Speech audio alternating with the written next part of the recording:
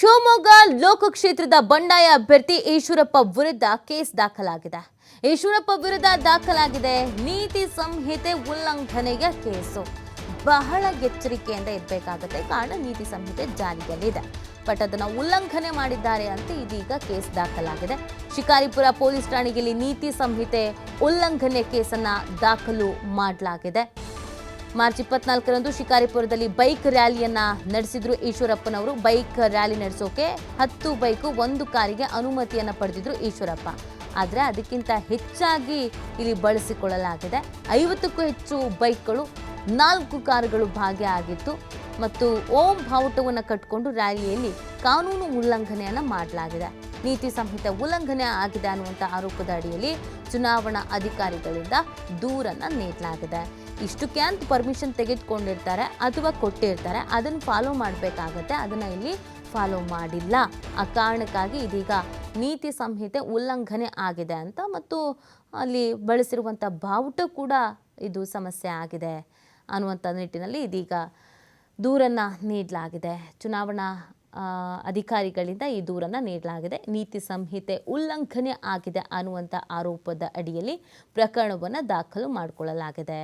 ಇನ್ನು ಪ್ರಚೋದನಕಾರಿ ಭಾಷಣ ಆಗಿರ್ಬೋದು ಅಥವಾ ಈ ಥರ ಇಷ್ಟೇ ಬೈಕ್ ಬಳಸಬೇಕು ಅಥವಾ ಬೆಳಗ್ಗೆ ಇಷ್ಟು ಗಂಟೆಯಿಂದ ಸಂಜೆ ಇಷ್ಟು ಗಂಟೆ ಒಳಗೆ ಮಾತ್ರ ಪ್ರಚಾರ ಕಾರ್ಯಗಳನ್ನು ಮಾಡಬೇಕು, ಈ ಥರದ್ದೆಲ್ಲ ಒಂದಷ್ಟು ರೂಲ್ಸ್ಗಳಿರುತ್ತೆ.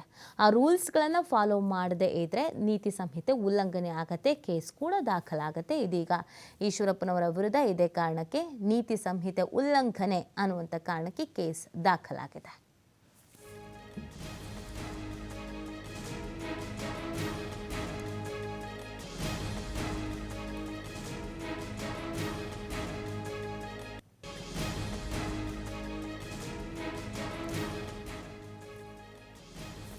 ನೋಡಿ, ಈಶ್ವರಪ್ಪನವರ ವಿರುದ್ಧ ಕೇಸ್ ದಾಖಲಾಗಿರುವಂಥದ್ದು ನೀತಿ ಸಂಹಿತೆ ಉಲ್ಲಂಘನೆ ಮಾಡಿದ್ದಾರೆ ಅನ್ನುವಂಥ ಕಾರಣಕ್ಕೆ ಕೇಸನ್ನು ದಾಖಲು ಮಾಡಲಾಗಿದೆ. ಈಶ್ವರಪ್ಪನವರು ಶಕ್ತಿ ಪ್ರದರ್ಶನ ಮಾಡಬೇಕು ಅಂತ ಬೈಕ್ ರ್ಯಾಲಿಯನ್ನು ಹಮ್ಮಿಕೊಂಡಿದ್ರು. ಈ ಬಾರಿ ಬಂಡಾಯ ಎದ್ದಿದ್ದಾರೆ. ಯಡಿಯೂರಪ್ಪನವರಿಂದ ನಮಗೆ ಅನ್ಯಾಯ ಆಗಿದೆ, ಮೋಸ ಆಗಿದೆ ಅನ್ನುವಂಥ ನಿಟ್ಟಿನಲ್ಲಿ, ಹಾಗಾಗಿ ಒಂದು ಶಕ್ತಿ ಪ್ರದರ್ಶನ ಮಾಡಬೇಕು ಅನ್ನುವಂಥ ನಿಟ್ಟಿನಲ್ಲಿ ಬೈಕ್ ರ್ಯಾಲಿಯನ್ನು ಹಮ್ಮಿಕೊಳ್ಳಲಾಗಿತ್ತು. ಆದರೆ ಈ ಬೈಕ್ ರ್ಯಾಲಿಯಲ್ಲಿ ಒಂದಷ್ಟು ತಪ್ಪುಗಳಾಗಿದೆ, ಒಂದಷ್ಟು ಎಡವಟ್ಟುಗಳಾಗಿದೆ. ಇಲ್ಲಿ ಪರ್ಮಿಷನ್ ಸಿಕ್ಕಿದ್ದು ಒಂದಷ್ಟು ಬೇರೆ ಕತೆಗೆ, ಆದರೆ ಇಲ್ಲಿ ಆಗಿದ್ದೇ ಬೇರೆ. ಮತ್ತು ಓಂ ಬಾವುಟವನ್ನು ಒಂದು ಧಾರ್ಮಿಕ ವಿಚಾರವಾಗಿ ಒಂದು ಬಾವುಟವನ್ನು ಬಳಸಿಕೊಳ್ಳಲಾಗಿದೆ. ಇದೆಲ್ಲವೂ ಕೂಡ ನೀತಿ ಸಂಹಿತೆ ಉಲ್ಲಂಘನೆ, ಕಾನೂನು ಉಲ್ಲಂಘನೆ ಅನ್ನುವಂಥ ನಿಟ್ಟಿನಲ್ಲಿ ಕೇಸನ್ನು ದಾಖಲು ಮಾಡಿಕೊಳ್ಳಲಾಗಿದೆ.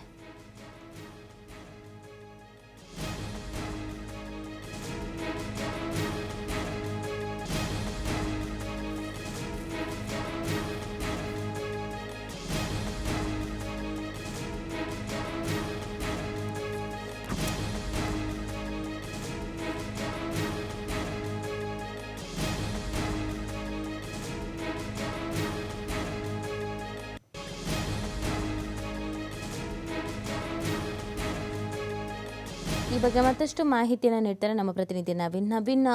ಇದೀಗ ನೀತಿ ಸಂಹಿತೆ ಉಲ್ಲಂಘನೆ ಆಗಿದೆ ಅಂತ ಈಶ್ವರಪ್ಪನವರ ವಿರುದ್ಧ ಕೇಸ್ ದಾಖಲಾಗಿದೆ. ಏನೆಲ್ಲ ಆಗಿತ್ತು ಅವತ್ತು? ಹೌದು ನೀತಿ, ಪ್ರಮುಖವಾಗಿ ಚುನಾವಣಾ ನೀತಿ ಸಂಹಿತೆ ಜಾರಿ ಆದ್ಮೇಲೆ ಈಗ ಸಾಕಷ್ಟು ಪ್ರಚಾರವನ್ನ ಎಲ್ಲಾ ಪಕ್ಷಗಳ ಅಭ್ಯರ್ಥಿಗಳು, ಪಕ್ಷೇತರ ಅಭ್ಯರ್ಥಿಗಳು ಎಲ್ಲರೂ ಕೂಡ ಮಾಡ್ತಾ ಇರುವಂತದ್ದು. ಇದರ ನಡುವೆ ಶಿವಮೊಗ್ಗದ ಶಿಕಾರಿಪುರದಲ್ಲಿ ಬಿಜೆಪಿಯಿಂದ ಬಂಡಾಯ ಸ್ಪರ್ಧೆ ಮಾಡುವಾಗಿ ಘೋಷಣೆ ಮಾಡಿರುವಂತಹ ಈಶ್ವರಪ್ಪ ಶಿಕಾರಿಪುರದಲ್ಲಿ ಒಂದು ರ್ಯಾಲಿಯನ್ನ ಮಾಡಿದ್ರು.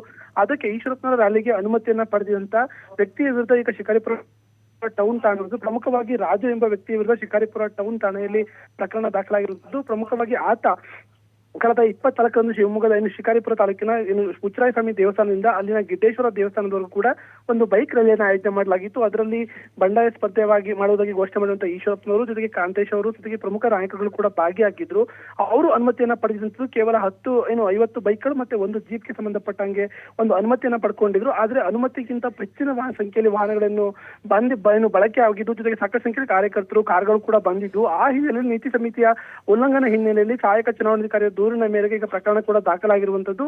ನೀತಿ ಸಂಹಿತೆ ಉಲ್ಲಂಘನೆ ಶಿಕಾರಿಪುರ ಟೌನ್ ನಲ್ಲಿ ಈಗ ಕೇಸ್ ಕೂಡ ದಾಖಲಾಗಿರುವಂತದ್ದು. ನೀತಿ, ಓಕೆ, ಥ್ಯಾಂಕ್ ಯು ನವೀನ್ ತಮ್ಮ ಡೀಟೇಲ್ಸ್ಗಾಗಿ.